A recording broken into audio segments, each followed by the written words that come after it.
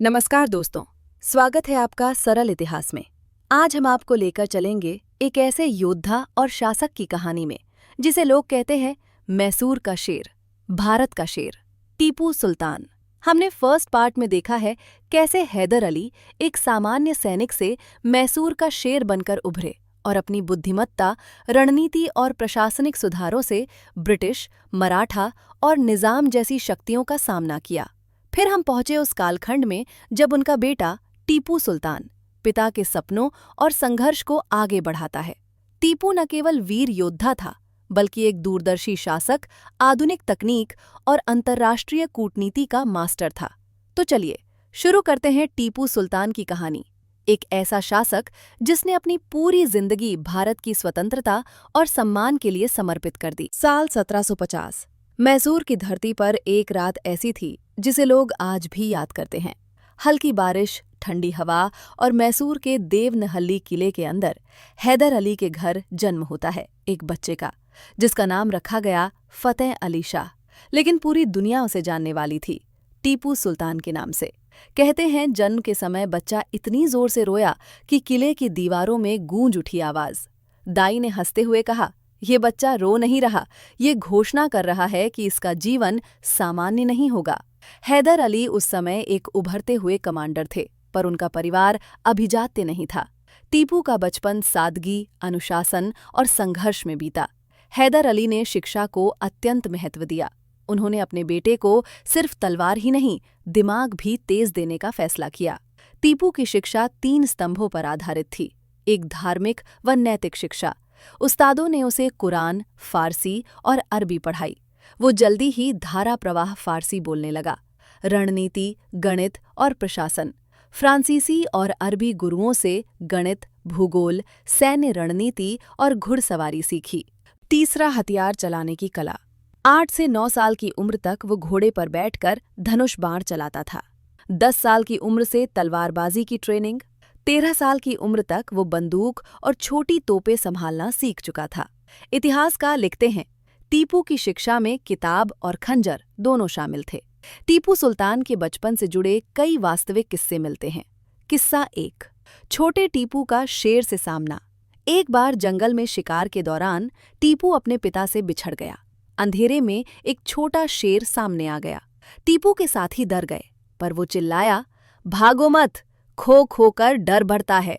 हैदर अली पीछे पहुंचे तो टीपू बिना डरे तीर चला रहा था। हैदर मुस्कुराए, तू सचमुच शेर के सामने खड़ा बच्चा नहीं, शेर का भाई है। कहते हैं यहीं से उसे टाइगर कहा जाने लगा। किस्सा 2, बुद्धिमानी का पहला सबूत। 12 साल की उम्र में एक फ्रांसीसी अफसर ने उससे पूछा, अगर दुश्मन दोनों तरफ से हमला कर दे तो क्या करोगे? टीपू ने बिना सोचे कहा, तलवारें एक जैसी हैं, फर्क सिर्फ दिमाग से पड़ता है। मैं दोनों को एक दूसरे से भिड़ा दूंगा। अफसर हंस दिया, लेकिन बाद में उसी ने लिखा, this boy is the future of Mysore. 15 साल की उम्र तक टीपू सुल्तान को हथियारों और रणनीति का इतना ज्ञान था कि वो हैदर अली के छोटे छोटे सैन्य दलों के साथ अभियान पर जाने लगा। पहला बड़ा अनुभव, मलाबार अभियान। टीपू ने 1766 में पहली बार बड़े युद्ध अभियान में हिस्सा लिया। वहां उसने देखा दुश्मन कैसे भागता है, सैनिक कैसे लड़ते हैं, कब हमला करना चाहिए, कब रुकना चाहिए।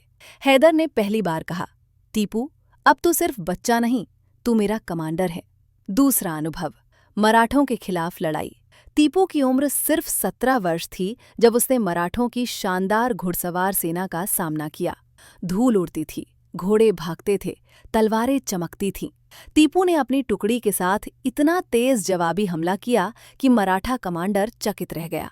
ये अनुभव उसकी सैन्य प्रतिभा को धार दे रहे थे। उसका अपने पिता के साथ युद्धों में शामिल होना था। 1, प्रथम मैसूर युद्ध। टीपू कई छोटे मोर्चों में हैदर की मदद करता रहा। फ्रांसीसी तकनीक की समझ उसे बाकी कमांडरों से अलग बनाती थी। 2, कर्नाटक मैदानों की लड़ाइयाँ। उन्होंने बेंगलुरु, कांचीपुरम और वेल्लूर के पास कई महत्वपूर्ण अभियानों का नेतृत्व किया। 3, पोलिलूर की महान लड़ाई।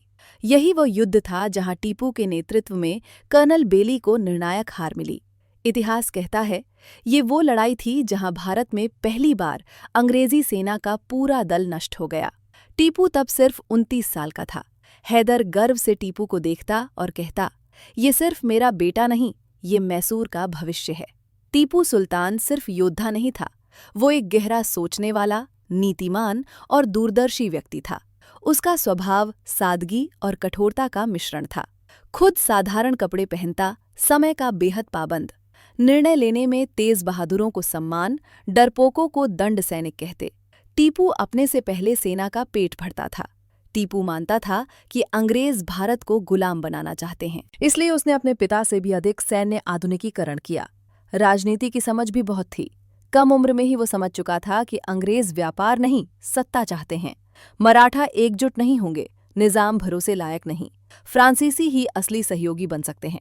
उसकी नज़र हमेशा राजनीति के अंदर की चालें पकड़ लेती थी। जब हैदर अली बीमार पड़े और मौत करीब आई तो पूरा मैसूर चिंतित था। राज्य का भविष्य क्या होगा? पर हैदर ने शांत आवाज में कहा, मुझे चिंता नहीं, टीपू है ना। और सच में टीपू सुल्तान ने उस उम्र में वो परिपक्वता, समझ और नेतृत्व क्षमता दिखा दी थी जो बड़े बड़े राजाओं में भी नहीं थी। अभी तक टीपू एक कमांडर था, अब वो इतिहास का टाइगर ऑफ मैसूर बनने वाला था। साल 1782, श्रीरंगपट्टनम के किले के ऊपर बादल गहरे थे। युद्ध की थकान, सैनिकों की चीखें और दूर जलते गांव की गंध हवा में घुली थी। इसी अराजकता के बीच मैसूर साम्राज्य को एक ऐसा झटका लगा जिसकी कल्पना किसी ने नहीं की थी। हैदर अली अब नहीं रहे। किले में मातम पसरा था और पूरे दक्षिण भारत की राजनीति जैसे एक क्षण के लिए ठहरी हुई थी। और अब मैसूर को चाहिए था एक ऐसा नेता जो न सिर्फ अपने पिता की विरासत बचाए बल्कि उस विरासत को और ऊंचाई दे सके। वो व्यक्ति था टीपू सुल्तान, एक युवा, तेज दिमाग वाला, युद्ध का अभ्यास पा चुका और ब्रिटिश साम्राज्य की मंशाओं को अच्छी तरह समझने वाला योद्धा। टीपू सुल्तान ने सत्ता किसी शांत महल में नहीं बल्कि युद्ध भूमि के बीच ग्रहण की। हैदर अली की मृत्यु की खबर जब सेना तक पहुंची तो अंग्रेजों ने सोचा, मैसूर अब टूट जाएगा। टीपू अनुभवहीन है, अब हमें जीतने से कोई नहीं रोक सकता। पर उनकी ये सोच जल्द ही गलत साबित होने वाली थी। टीपू ने पहले दिन ही दिखा दिया कि वो सिर्फ राजा नहीं, वो एक रणनीतिकार है। युद्ध में अपने पिता की जगह संभालते समय उन्होंने 3 बातें साफ कर दीं। मैसूर पीछे नहीं हटेगा, ब्रिटिश को कभी अपने इरादों में सफल नहीं होने देगा, राज्य की गरिमा सर्वोपरि है। उस समय मैसूर के सामने 3 बड़ी चुनौतियां थीं, अंग्रेज, मराठा और निजाम। ये तीनों राज्य टीपू को कमजोर मान चुके थे, लेकिन टीपू का जवाब उनका भ्रम तोड़ने वाला था। सत्ता संभालते ही टीपू ने पुराने अफसरों को इकट्ठा कर सभा की। दरबार में सन्नाटा था, सबके चेहरे पर चिंता। क्या टीपू हैदर जैसा मजबूत नेतृत्व दे पाएगा? टीपू ने दृढ़ आवाज में कहा, मैसूर का शेर अभी जिंदा है। मेरे पिता ने जो राज्य मुझे सौंपा है उसे कोई मिटा नहीं सकता। इसके बाद टीपू ने तत्काल कदम उठाए। 1. सेना को पुनर्गठित करना। सैनिकों को नई पंक्तियों में संगठित किया, विभिन्न मोर्चों पर अलग अलग कमांडर नियुक्त किए, कमजोर क्षेत्रों में सैनिक 2 गुने कर दिए। 2. ब्रिटिश की कमजोरियों की जांच। टीपू अंग्रेजों की चालें बचपन से ही देख रहा था। वो जानता था कि अंग्रेज सीधे हमला नहीं करते, पहले दोस्ती का दिखावा, फिर आर्थिक समझौता, फिर कब्जा। इसलिए उसने उनकी हर गतिविधि पर निगरानी का आदेश दिया। 3. मराठा निजाम संतुलन। टीपू अच्छी तरह जानता था कि मराठा और निजाम आज दोस्त कल दुश्मन वाली राजनीति करते हैं, इसलिए उसने तुरंत दूत भेजकर संवाद शुरू किया। शांति और आपसी सम्मान के साथ रहना मैसूर की प्राथमिकता है। दरबार में सभी को लगा था कि टीपू जल्दबाजी करेगा, लेकिन वो शतरंज के खिलाड़ी की तरह खेल रहा था। टीपू सिर्फ युद्ध कौशल वाला राजा नहीं था, वो दूरदर्शी प्रशासक भी था। सत्ता संभालते ही उसने नई नीति बनाई, सशक्त राजा प्लस संगठित जनता, अजय मैसूर। 1. प्रशासनिक बदलाव। पुराने भ्रष्ट अधिकारियों को हटाया, ईमानदार अफसरों को उच्च पद दिए, जिलों का पुनर्गठन, राज्य की न्याय प्रणाली को सरल बनाया। टीपू चाहता था कि आम जनता महसूस करे कि राज्य सिर्फ युद्ध नहीं, उनके जीवन के सुधार के लिए भी काम करता है। 2. कर सुधार और धन संचयन। युद्ध चल रहा था और खजाना तेजी से खर्च हो रहा था, लेकिन टीपू ने जनता पर अत्याचार नहीं बढ़ाया। उन्होंने लगान को जमीन की गुणवत्ता के आधार पर तय किया, व्यापार को राहत दी, समुद्री रास्तों से आय बढ़ाने की योजना बनाई। 3. औद्योगिक और तकनीकी सुधार। टीपू विज्ञान में विश्वास रखता था। उसने हथियार कारखाने आधुनिक बनवाए, तोपों और रॉकेटों के लिए विशेष प्रयोगशाला खोली, फ्रांस से तकनीकी विशेषज्ञ बुलाए। उसने ये समझ लिया था कि अंग्रेजों से लड़ाई पुराने तरीकों से नहीं जीती जा सकती। सत्ता संभालने के कुछ हफ्तों बाद ही ब्रिटिश सेना 2 दिशाओं से बढ़ने लगी। अंग्रेजों को विश्वास था कि टीपू डर कर समझौता कर लेगा, लेकिन टीपू उल्टा सोच रहा था। समझौता करना है तो बराबरी के आधार पर, दबाव में नहीं। एक रात अपने सेनापतियों के साथ युद्ध योजना बनाते हुए उन्होंने कहा, ब्रिटिश सोचते हैं मैं युवा हूँ, अनुभवहीन हूँ, पर मैं उनके इरादे समझता हूँ। अब मैसूर झुकने के लिए नहीं, लड़ने के लिए तैयार होगा। श्रीरंगपट्टनम का किला, महल की ऊंची खिड़कियों से दूर तक फैली कावेरी नदी चमकती दिखती है। सुबह का समय है, हल्की धूप, पक्षियों की आवाज और संतरी सैनिकों की तेज चालें। इसी शांत माहौल के बीच एक कमरे में टीपू सुल्तान नक्शों, दस्तावेजों और बेगलों से भरी मेज पर झुके हुए हैं। उनकी आंखों में युद्ध रणनीतिकारी और दूरदर्शी शासक दोनों दिखाई देते हैं। टीपू धीरे से कहते हैं, अगर राज्य मजबूत होना है तो जनता मजबूत होनी चाहिए, और जनता तभी मजबूत होती है जब शासन आधुनिक हो। यही से शुरू होती है उनके उन अभूतपूर्व सुधारों की यात्रा, जिन्होंने मैसूर को पूरे भारत में सबसे विकसित और शक्तिशाली राज्यों में शामिल कर दिया। टीपू समझते थे कि खेती सिर्फ जीविका नहीं, बल्कि राज्य की आर्थिक रीढ़ है। एक बार एक किसान हाथ में टूटी हल की लकड़ी लेकर टीपू के सामने पहुंचा। कहा, हुजूर, जमीन उपजाऊ है, पर पानी और सही व्यवस्था नहीं, ऊपर से पुराने अधिकारियों की मनमानी अलग। टीपू ने उस किसान की बात सुनी और उसी दिन ये फैसला किया, टीपू के भूमि सुधार लगान को जमीन की गुणवत्ता के आधार पर बांटा। अधिक उपज वाली जमीन पर उचित कर, लेकिन बंजर कमजोर भूमि पर कर कम भूमि मापने और रिकॉर्ड रखने के लिए नई व्यवस्था। किसानों से बेगारी खत्म, किसानों को खेती के साधन खरीदने के लिए राज्य सहायता। इन सुधारों के बाद किसानों ने पहली बार महसूस किया कि सुल्तान हमारा भी है। इन कदमों ने मैसूर की खाद्यान्न उत्पादन क्षमता कई गुना बढ़ा दी, जो बाद में टीपू की युद्ध क्षमता का आधार बनी। टीपू सिर्फ तलवार के सुल्तान नहीं थे, वे आर्थिक नवाचारी भी थे। उन्होंने मुद्रा व्यवस्था को पूरी तरह बदला। नई स्वर्ण मुद्रा, टीपू मोहर, चांदी की मुद्रा, रुपया ई टीपू, तांबे के सिक्के, छोटे लेन देन के लिए नकली सिक्कों पर कड़ी सजा, सिक्कों पर शेर का चिन्ह, जो उनके टाइगर प्रतीक का प्रतीक था। एक बार उनके वित्त मंत्री ने कहा, हुजूर, अंग्रेज अपनी मुद्रा के माध्यम से व्यापार पर कब्जा कर रहे हैं। टीपू मुस्कुराए, तो हम भी अपनी मुद्रा से अपनी शक्ति दिखाएंगे। अगर आर्थिक आधार मजबूत है तो अंग्रेज जैसे साम्राज्य भी घुटने टेकेंगे। मुद्रा सुधारों ने मैसूर को आर्थिक रूप से मजबूत और स्वतंत्र बनाया। टीपू ने कई बड़े सिंचाई प्रोजेक्ट शुरू करवाए। उनका मानना था, जहां पानी पहुंचेगा वहां खुशहाली पहुंचेगी। प्रमुख सिंचाई कार्य कावेरी नदी पर बांधों का निर्माण, नई नहरों का जाल, पुरानी तालाब व्यवस्था का पुनर्जीवन, सूखे क्षेत्रों में पानी ले जाने के लिए विशेष नहरें। कावेरी के तट पर वे अक्सर निरीक्षण करते। एक इंजीनियर से बोले, नहर ऐसे बनाओ कि पानी खेतों तक मुस्कुराता हुआ पहुंचे और किसान उसका स्वागत करे।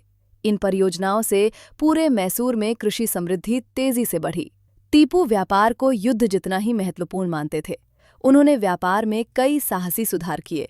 राज्य नियंत्रित उद्योग, हथियार, रेशम, चीनी, चंदन के बड़े कारखाने, विदेशी व्यापार पर नियंत्रण, अंग्रेजों की व्यापारिक एकाधिकार नीति का विरोध, मिर्च, इलायची, काली मिर्च, चंदन, इनका निर्यात बढ़ाना। एक बार फ्रांसीसी दूत ने टीपू से पूछा, आप व्यापार पर इतना ध्यान क्यों देते हैं? टीपू ने जवाब दिया, युद्ध तलवार से जीता जाता है, लेकिन तलवार चलती कैसे है? खजाने की ताकत से, और खजाना व्यापार से। उनकी व्यापार नीति ने अंग्रेजों को अत्यंत परेशान किया, क्योंकि इसमें उन्हें मैसूर का मुकाबला करना मुश्किल हो गया। टीपू ने यह समझ लिया था कि अंग्रेज एक अंतर्राष्ट्रीय साम्राज्य हैं। उन्हें हराने के लिए मैसूर को भी एक वैश्विक दृष्टिकोण अपनाना पड़ेगा। विदेशों से संबंध, फ्रांस सैन्य विशेषज्ञ, हथियार तकनीक व्यापार समझौते तुर्की, उस्मानी साम्राज्य। धार्मिक व राजनीतिक संबंध, हथियार और घोड़ों का आदान प्रदान, फारस, ईरान। राजनयिक और आर्थिक संबंध, कभी वे भेजे गए दूतों से कहते, अंग्रेज अकेले नहीं हैं तो मैसूर भी अकेला क्यों रहे। इन संबंधों से मैसूर विश्व मानचित्र पर एक प्रभावशाली शक्ति बन गया। टीपू सिर्फ शासक नहीं, वैज्ञानिक सोच वाले राजा थे। उन्होंने रॉकेट टेक्नोलॉजी को इतने बड़े स्तर पर विकसित किया कि यूरोप तक हैरान रह गया। मैसूर की रॉकेट टेक्नोलॉजी, लोहे के नोजल वाले रॉकेट, 2 किलोमीटर तक मारक क्षमता, रॉकेट ब्रिगेड, कुशिये तोपखाना। ब्रिटिश ने टीपू के रॉकेटों की नकल करके बाद में कॉन्ग्रेव रॉकेट्स बनाए। एक रात प्रयोगशाला में टीपू खड़े थे। एक युवा इंजीनियर ने रॉकेट दिखाकर कहा, हुजूर, इसकी दूरी बढ़ सकती है। टीपू बोले, दूरी ही नहीं, हमारी सोच भी बढ़नी चाहिए। रॉकेटों की वजह से अंग्रेज सेना कई बार युद्ध भूमि में घबराती देखी गई। टीपू सुल्तान के ये सुधार सिर्फ कागजों पर नहीं थे, ये जनता की जिंदगी में बदलाव लाने वाले थे। भूमि, पानी, व्यापार, सेना, विज्ञान, हर क्षेत्र में। और ये सत्य है, अगर अंग्रेजों से 40 साल और लड़ने के लिए किसी एक राज्य में क्षमता थी तो वो मैसूर था, और उसका कारण था टीपू सुल्तान का आधुनिक दृष्टिकोण। साल 1970। श्रीरंगपट्टनम का आकाश बादलों से भरा था, जैसे आने वाले घटनाक्रम की चेतावनी दे रहा हो। राजमहल के अंदर टीपू सुल्तान दक्षिण भारत का बड़ा नक्शा सामने रखकर खड़े थे। मराठा, निजाम और अंग्रेज, तीनों की सीमाएं लाल रेखा से घिरी थीं। दरबार में गहरा सन्नाटा था। टीपू ने धीमे स्वर में कहा, अब वे हम पर अकेले नहीं आएंगे। इस बार पूरा हिंदुस्तान उनके पीछे खड़ा है। यही था तृतीय मैसूर युद्ध की शुरुआत। ये युद्ध किसी एक घटना से नहीं, बल्कि ब्रिटिश षड्यंत्र की लंबी योजना का परिणाम था। British east India company Mysore की शक्ति बढ़ती देख अंग्रेज भयभीत थे। उन्हें टीपू की फ्रांस से नजदीकी भी परेशान कर रही थी। मराठा पेशवा। टीपू ने कभी मराठों को अपनी जमीन नहीं लेने दी। पुरानी दुश्मनी गहरी थी। निजाम हैदराबाद, वो अंग्रेजों की मदद के बिना टीपू से नहीं लड़ सकता था। अंग्रेज उसे सुरक्षा का वादा कर फुसला रहे थे। तीनों ने मिलकर शपथ ली, अब मैसूर को घुटनों पर लाया जाएगा। टीपू ने जब गठबंधन की खबर सुनी, वे कुछ क्षण मौन रहे, फिर बोले, जितने बड़े वे दिखते हैं उतनी ही बड़ी उनकी लालच है, और लालच से बड़ा कोई शत्रु नहीं। टीपू को पता था कि 3 मोर्चों पर युद्ध आसान नहीं होगा। उन्होंने अपनी रणनीति 3 हिस्सों में बांटी। उत्तरी मोर्चा, मराठों से मुकाबला। मराठा छापामार युद्ध में माहिर थे। टीपू ने घुड़सवार सेना और तेज रॉकेट यूनिटें भेजी। घनी झाड़ियों, पहाड़ियों और संकरी घाटियों में टीपू के रॉकेट मराठों पर कहर बनकर टूटे। मराठा सैनिक चिल्लाते थे, इनके रॉकेट आसमान फाड़ देते हैं, बचो। पूर्वी मोर्चा, निजाम की सेना। निजाम ने अंग्रेजों की आधुनिक बंदूकें ले ली थीं। उसकी सेना अब अंग्रेज कमांडरों के आदेश पर चल रही थी। टीपू ने यहाँ रात के हमले और फ्लैंक मूवमेंट अपनाए। कई बार निजाम की सेना पीछे हटती रही। दक्षिण पश्चिम मोर्चा, अंग्रेजों से निर्णायक युद्ध ये सबसे कठिन था। ब्रिटिश सेना यूरोपियन ड्रिल, भारी तोपें और लंबी लड़ाकू पंक्तियां लेकर आई थी। टीपू जानते थे ये उनकी परीक्षा है। उन्होंने कहा, अगर अंग्रेजों को हराना है तो पहाड़ियों और जंगलों को अपनी सेना बनाओ। ब्रिटिश सेना ने कोट्टार, केरल से हमला शुरू किया। उन्होंने सोचा टीपू का ध्यान उत्तर में है, दक्षिण कमजोर होगा। लेकिन सुबह की धुंध के बीच टीपू की हल्की घुड़सवार टुकड़ी तूफान की तरह आई। रॉकेटों की लपटें आसमान चीरती हुई ब्रिटिश पंक्तियों के बीच फट पड़ीं। सैनिक भागते भागते चिल्ला रहे थे, ये भारतीयों के हथियार नहीं, ये तो जादू है। मराठों ने 25,000 सैनिकों का दल भेजा। उनका उद्देश्य टीपू को उत्तर में रोकना था। टीपू स्वयं उत्तर मोर्चे पर पहुंचे। घोड़े पर सवार, हाथ में तलवार, उनकी आवाज गूंजी, पीछे हटना मत, मराठा शक्ति तलवार से नहीं, हमारे मन से डरती है। और वे सच में जीत गए। मराठा सेना पीछे हटने पर मजबूर हुई। यहाँ अंग्रेजों ने अपनी पूरी ताकत झोंक दी। मैसूर की सेना बहादुरी से लड़ी, लेकिन धीरे धीरे अंग्रेजों ने किले और बंदरगाह छीन लेना शुरू कर दिया। ये था युद्ध का पहला बड़ा मोड़। युद्ध कठिन हो चुका था, खजाना खाली होने लगा था, तीनों दिशाओं से दबाव बढ़ रहा था। लेकिन टीपू ने कभी उम्मीद नहीं छोड़ी। एक रात युद्ध शिविर में एक सैनिक बोला, हुजूर, दुश्मन 4 गुना है। टीपू ने कहा, सैनिक की ताकत भाई उसकी संख्या में नहीं, उसकी इच्छा में होती है। उन्होंने अपने हाथों से घायल सैनिकों को दवा दी। उनके इस व्यवहार से सैनिकों में नई ऊर्जा आ गई। 2 बातों ने टीपू की स्थिति बिगाड़ दी। 1, निजाम का पूरी तरह अंग्रेजों के पक्ष में जाना। अब निजाम के 10,000 सैनिक अंग्रेजों के साथ लड़ रहे थे। 2, मराठों का बड़ा हमला। मराठों ने उत्तर में मैसूर की जमीन पर कब्जा करना शुरू कर दिया। ब्रिटिश जनरल कॉर्नवालिस, अमेरिका में हार चुका ये जनरल अब भारत में अपनी प्रतिष्ठा वापस पाना चाहता था। उसने मैसूर पर 3 दिशाओं से हमला किया। टीपू के पास अब सैनिक कम, किले कम और हथियार भी कम रह गए थे। युद्ध की दिशा बदल चुकी थी। 1792 में अंग्रेज सेना श्रीरंगपट्टनम की दीवारों तक पहुंच गई। किला घेर लिया गया। अंग्रेजों ने कहा, या तो संधि करो या तुम्हारा राज्य खत्म। टीपू को मजबूर होकर संधि करनी पड़ी। श्रीरंगपट्टनम संधि की कुछ शर्तें भी थीं, जैसे मैसूर का आधा हिस्सा अंग्रेज, मराठा और निजाम में बांट दिया गया। 3 करोड़ रुपए का बड़ा मुआवजा टीपू के 2 छोटे पुत्र अंग्रेजों के पास बंधक के रूप में भेजने पड़े। अंग्रेजों को व्यापार और सुरक्षा का अधिकार मिला। जब टीपू के युवा पुत्रों को अंग्रेज शिविर ले जाया गया, टीपू महल की दीवारों से उन्हें दूर जाता देख रहे थे। उनकी आंखों में आंसू नहीं, पर भीतर ज्वालामुखी जल रहा था। उन्होंने कहा, आज मैसूर झुका है, पर मैं नहीं झुकूंगा। अंग्रेजों को उनकी धोखाधड़ी की कीमत चुकानी होगी। ये था अंग्रेजों और टीपू के बीच अंतिम संघर्ष से पहले का शांत तूफान। तृतीय मैसूर युद्ध सिर्फ एक युद्ध नहीं था, ये भारत के इतिहास का बड़ा मोड़ था। टीपू ने अकेले 3 साम्राज्यों का सामना किया। युद्ध हार गए, पर सम्मान नहीं। और अब टीपू की निगाहें थीं चतुर्थ मैसूर युद्ध, जिसमें वे या तो जीतेंगे या इतिहास में अमर हो जाएंगे। श्रीरंगपट्टनम की संधि के बाद टीपू सुल्तान घायल सा मगर टूटा नहीं था। राज्य आधा हो चुका था, दुश्मन बढ़ चुके थे और अंग्रेज अब दक्षिण पर पूर्ण नियंत्रण की ओर बढ़ रहे थे। परंतु टीपू का स्वभाव ही ऐसा था, हार को अंत नहीं बल्कि तैयारी की शुरुआत मानना। अंग्रेजों के लिए टीपू सुल्तान सिर्फ दक्षिण का एक राजा नहीं था, वो उनके साम्राज्यवादी विस्तार का सबसे बड़ा अवरोध था। इसलिए अंग्रेजों ने 2 रास्ते अपनाए। पहला रास्ता, सीधा सैन्य दबाव, मद्रास में सेना को मजबूत करना, मैसूर के चारों ओर किलेबंदी, समुद्री तटों पर कब्जा। और दूसरा रास्ता, परोक्ष कूटनीति, डिवाइड एंड रूल का प्रथम प्रयोग। अंग्रेजों ने टीपू के आसपास के हर राजकीय केंद्र को उसके खिलाफ खड़ा किया।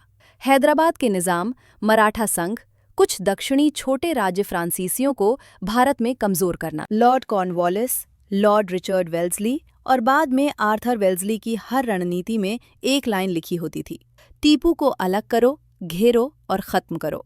अंग्रेज जानते थे, जब तक टीपू है, दक्षिण में ब्रिटिश शासन का सपना अधूरा है।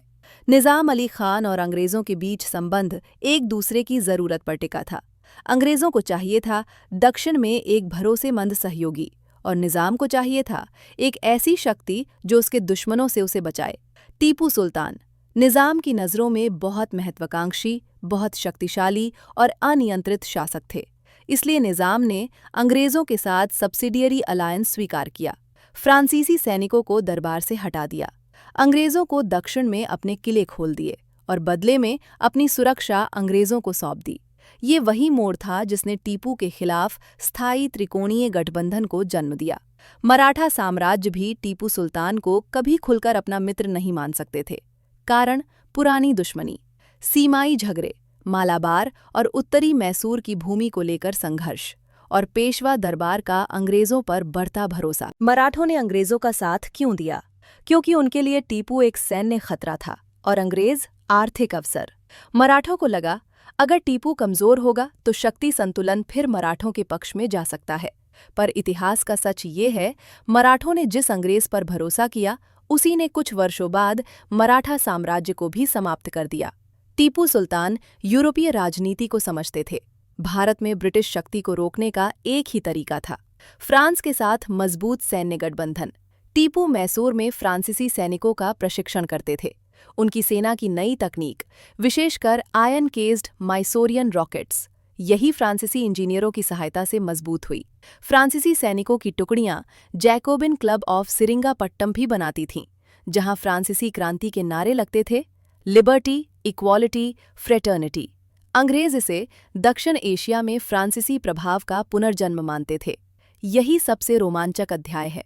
सन 1998 मिस्र पर नेपोलियन बोनापार्ट का आक्रमण। अंग्रेज घबरा गए क्योंकि उन्हें लगा नेपोलियन मिस्र से आगे पर्शिया, अफगानिस्तान, भारत की ओर बढ़ सकता है। और इसी दौरान टीपू सुल्तान ने नेपोलियन को एक संदेश भेजा, अगर आप भारत आएं तो मैसूर आपका मित्र होगा, हम अंग्रेजों को मिलकर समाप्त कर सकते हैं। ये संदेश अंग्रेजों के लिए सीधी चेतावनी था। फ्रांस पश्चिम से, टीपू दक्षिण से और मराठा निजाम पूर्व से अंग्रेजों की स्थिति डगमगा सकती थी। इसी डर से लॉर्ड वेलेस्ली ने निर्णय लिया, टीपू को तुरंत खत्म करना होगा।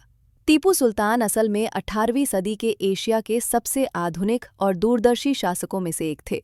उनकी सोच थी, अंग्रेजों को रोकने का काम स्थानीय गठबंधनों से नहीं बल्कि वैश्विक राजनीतिक रणनीति से होगा।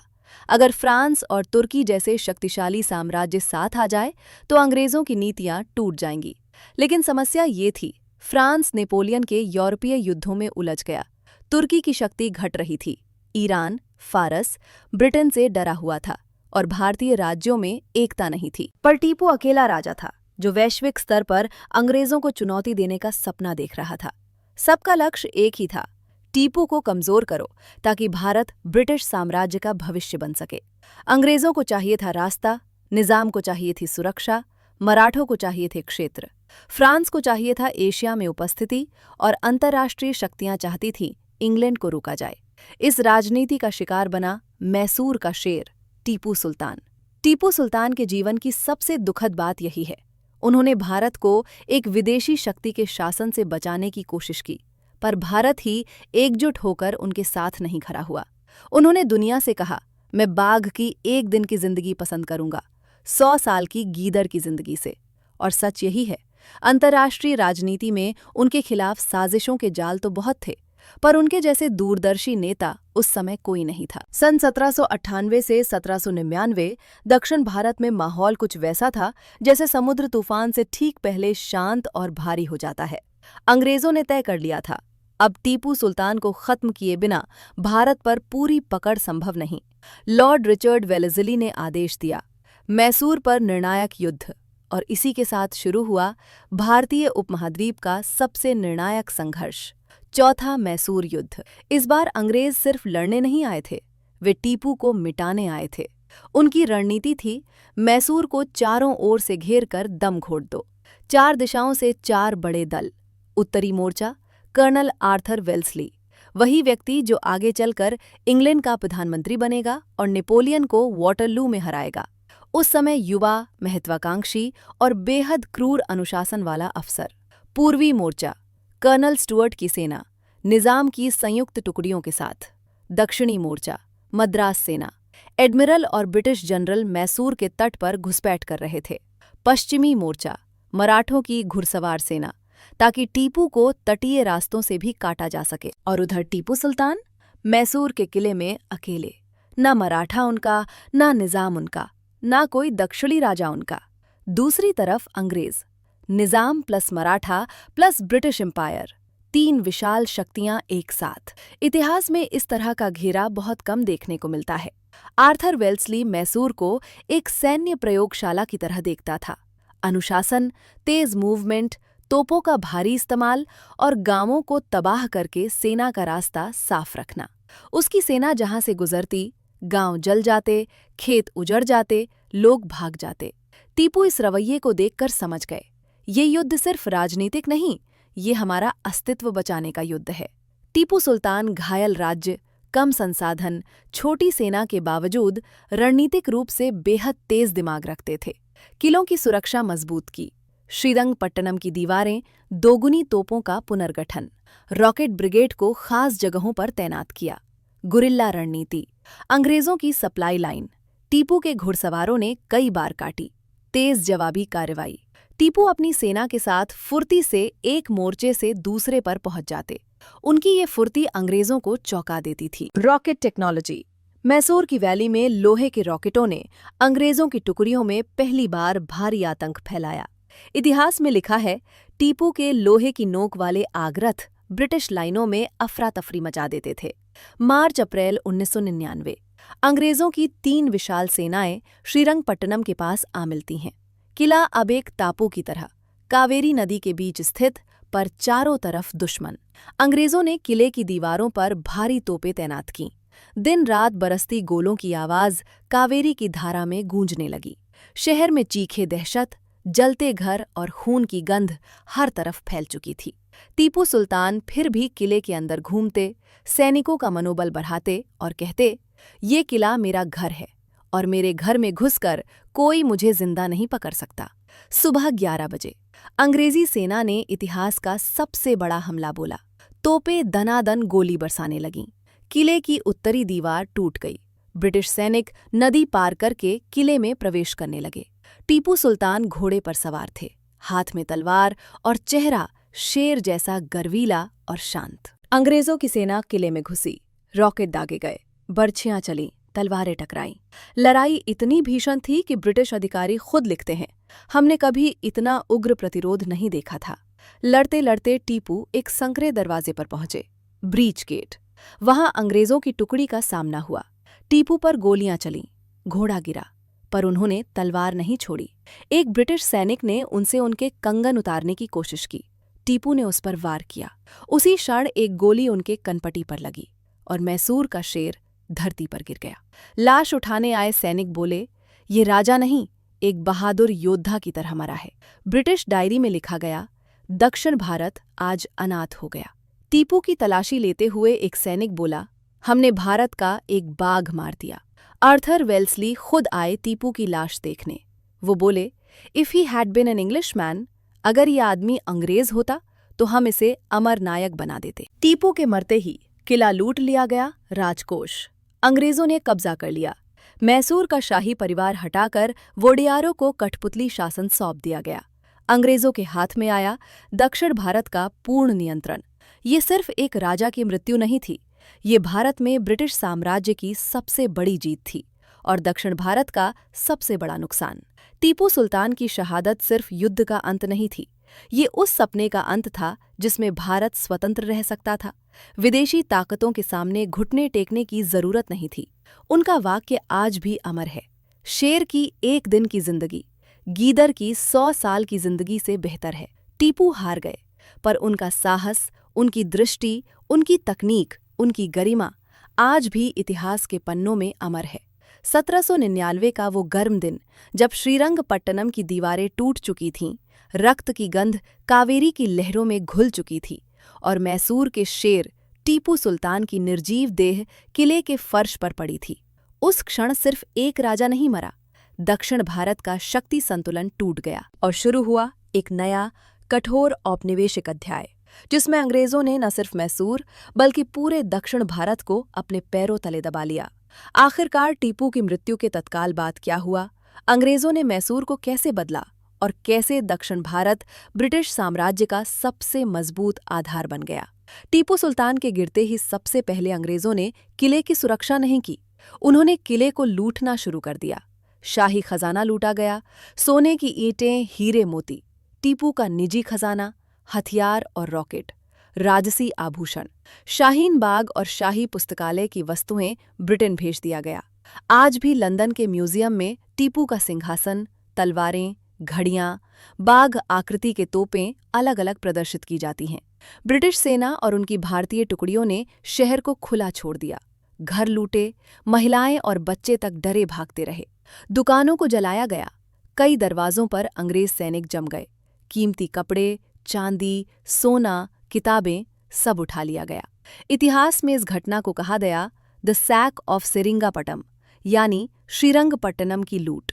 टीपू का खजाना सबसे बड़ा आकर्षण था। वेल्सली की डायरी में लिखा है, मैंने जीवन में इतनी संपत्ति एक जगह नहीं देखी थी।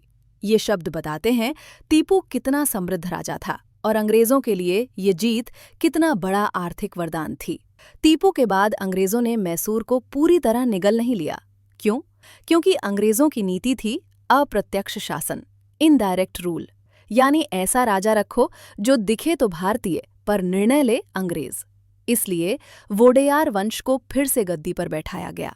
11 साल के मृणाल कंठ वोडेयार यानी कृष्णराज वोडेयार तीसरा को मैसूर का राजा घोषित किया गया। लेकिन असली शक्ति किसके हाथ में थी? ब्रिटिश रेजिडेंट और कर्नाटक का अंग्रेज गवर्नर। ये एक साजिश थी। अंग्रेज जानते थे वोडेयार कमजोर है, राजनीतिक अनुभव नहीं, सैनिक शक्ति नगण्य, अर्थव्यवस्था टूट चुकी। ऐसे राजा को नियंत्रित करना आसान था।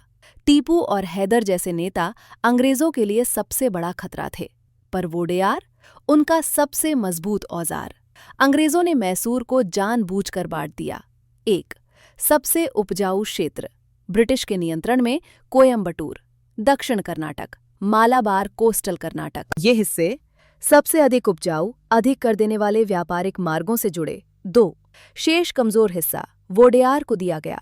इससे मैसूर की रीढ़ टूट गई। ये वही नीति थी जो बाद में अंग्रेजों ने अवध और पंजाब में भी अपनाई। डिवाइड, सेना की भर्ती कर, वसूली न्याय व्यवस्था, भूमि राजस्व, व्यापार नीति, किले की मरम्मत, राजकोष का उपयोग, सब कुछ अंग्रेजों की अनुमति से। व्यक्तिगत अपमान भी हुआ। टीपू के पुत्रों को लॉर्ड वेल्सली के सामने घुटनों के बल झुकाया गया। एक तस्वीर भी बनाई गई ताकि ब्रिटिश जनता को दिखाया जा सके, भारत अब हमारे पैरों तले है। टीपू के मरने के बाद दक्षिण भारत अंग्रेजों के लिए खुला मैदान बन गया। 1. व्यापार पर पूर्ण नियंत्रण। काली मिर्च, इलायची, कपास, रेशम, चंदन। समुद्री व्यापार, अरब और फारस को होने वाला न एक्सपोर्ट, सब कंपनी के कब्जे में। 2. सैन्य आधार, मैंगलोर, कलिकट, कर्नाटक, मद्रास। ये सभी बंदरगाह अंग्रेज साम्राज्य के सैन्य ठिकाने बन गए। 3. मराठों को कमजोर करना आसान हो गया। दक्षिण सुरक्षित था, अब अंग्रेज उत्तर की ओर बढ़ सकते थे और कुछ ही वर्षों में मराठा साम्राज्य भी अंग्रेजों के सामने ढह गया। 4. भारत में ब्रिटिश शासन की नींव मजबूत। टीपू अंतिम राजा थे जिन्होंने तकनीकी, सैन्य और राजनीतिक रूप से अंग्रेजों का सीधा मुकाबला किया। उनकी मृत्यु के बाद अंग्रेजों को दक्षिण से किसी भी प्रकार की कोई चुनौती नहीं मिली। अंग्रेज टीपू से जीत जरूर गए, लेकिन उनके दिल में एक डर हमेशा बना रहा। वे कहते थे, if India ever rises against us, it will be in the spirit of Tipu Sultan. इसलिए टीपू के मंदिर, मस्जिद, इमारतें तोड़ी या सरकारी नियंत्रण में ली गईं। उनके रॉकेट्स की नकल बनाकर ब्रिटिश सेना ने नई मिसाइल टेक्नोलॉजी बनाई। उनकी छवि को झगड़ालू राजा बताकर इतिहास को बदलने का प्रयास किया गया, लेकिन जनता के मन में टीपू एक नायक ही रहे। टीपू की मृत्यु सिर्फ एक राजा का अंत नहीं थी, ये उस सपने का अंत थी जिसमें दक्षिण भारत यूरोपीय शक्तियों के आगे घुटने नहीं टेकता। उनके जाने के बाद मैसूर कमजोर हो गया, अंग्रेज मजबूत हो गए, दक्षिण भारत का राजनीतिक संतुलन बदल गया, औपनिवेशिक शासन की पकड़ पूरे भारत पर कस गई। इतिहास के पन्नों में ये लिखा गया, 1799 में भारत का भविष्य निश्चित हो गया। अब अंग्रेजों की विजय अवश्यंभावी थी। पूरे 18वीं सदी में कोई भी भारतीय शक्ति इतनी निरंतरता और बुद्धिमत्ता से अंग्रेजों के खिलाफ नहीं लड़ी जितने हैदर अली और टीपू सुल्तान। लगातार 4 मैसूर युद्ध, जिनमें ब्रिटिश साम्राज्य को सबसे अधिक नुकसान, सबसे अधिक चुनौती और सबसे अधिक भय मैसूर से मिला। हैदर अली का योगदान अंग्रेजों की सामरिक चालें सबसे पहले पहचानी, फ्रांसीसी तकनीक का बेहतर उपयोग किया, घुड़सवार सेना और तोपखानों को आधुनिक रूप दिया, चारों ओर से अंग्रेजों को घेरने का पहला मॉडल तैयार किया। ब्रिटिश मराठा निजाम गठबंधन का सामना अकेले किया।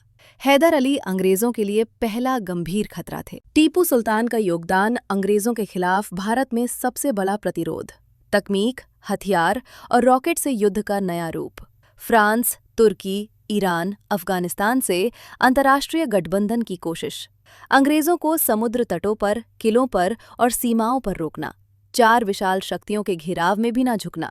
टीपू अकेले वो राजा थे जिन्होंने कहा, मैं अंग्रेजों की गुलामी में जीने से मृत्यु को बेहतर समझता हूँ। उनका बलिदान भारतीय स्वतंत्रता संघर्ष का सबसे शुरुआती अध्याय बन गया।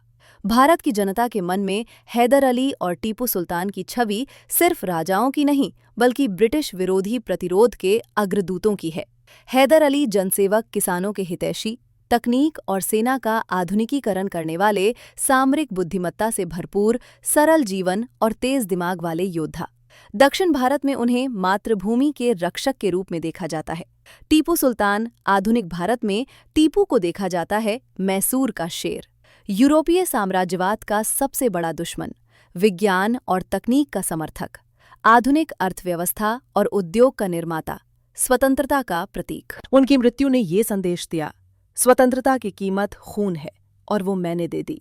आज भी सड़कों, विश्वविद्यालयों, पुस्तकों और स्मारकों में टीपू का नाम एक प्रेरणा है। भारत के इतिहास में हैदर अली और टीपू जितना तकनीकी सुधार किसी राजा ने 18वीं सदी में नहीं किया।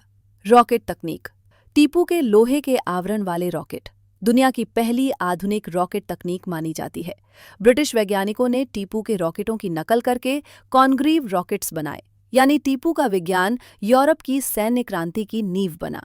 आधुनिक सेना, यूरोपीय पैदल सेना जैसी ड्रिल घुड़सवार टुकड़ियां, रॉकेट ब्रिगेड, तोपखाने, भारी तोपें, किले की नई पद्धति, फ्रांसीसी इंजीनियरों से किलेबंदी।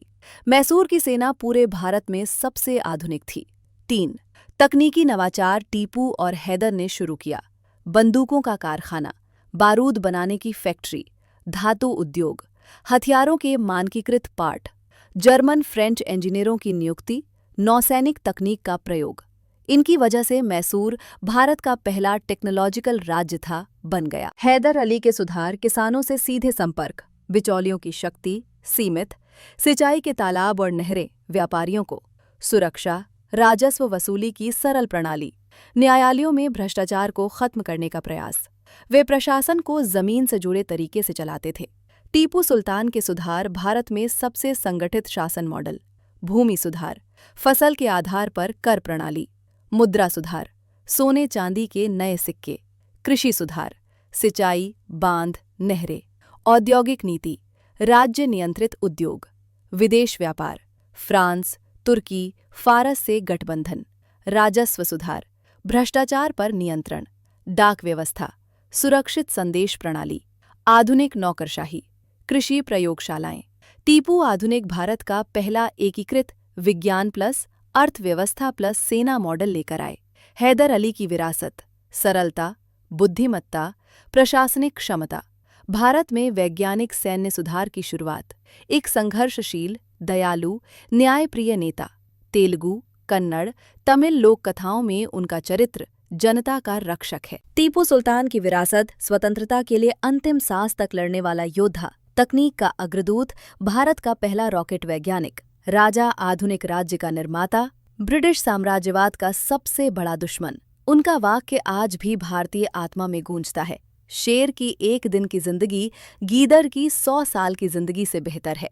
दोनों का संयुक्त महत्व, भारत में ऐसे राजा कम हुए जिनकी सोच इतनी आधुनिक, नेतृत्व इतना प्रभावशाली और साहस इतना अद्वितीय हो।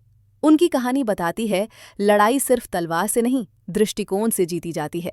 युद्ध सिर्फ सीमा पर नहीं, तकनीक, नीति और प्रशासन से भी जीते जाते हैं। और सबसे महत्वपूर्ण, आज़ादी मुफ्त नहीं मिलती, उसके लिए प्राण देने पड़ते हैं। हैदर अली और टीपू सुल्तान सिर्फ राजा नहीं थे, वे प्रतिरोध, सम्मान, स्वाभिमान और आधुनिकता के प्रतीक थे। उनके संघर्ष ने सैकड़ों साल बाद भी भारत के स्वतंत्रता आंदोलन को मजबूत आधार दिया। उनकी कहानी हमें याद दिलाती है, जब तक एक भी बहादुर जीवित है, गुलामी की कोई बेड़ी स्थायी नहीं। अभी आप सुन रहे थे टीपू सुल्तान की कहानी। यदि आपको ये ऑडियो बुक पसंद आया हो तो चैनल सरल इतिहास को सब्सक्राइब करें, वीडियो को लाइक और शेयर करें ताकि हम आपको और भी ऐसे इतिहास के महान पात्रों की कहानियां ला सकें। दोस्तों, इतिहास सिर्फ अतीत नहीं है, ये हमारी पहचान, हमारी प्रेरणा और हमारी शान है। सच है, शेर की एक दिन की जिंदगी गीदड़ की 100 साल की जिंदगी से बेहतर होती है। धन्यवाद। सरल इतिहास के साथ जुड़े रहिए और इतिहास की इस अनंत यात्रा में हमें साथ दीजिए।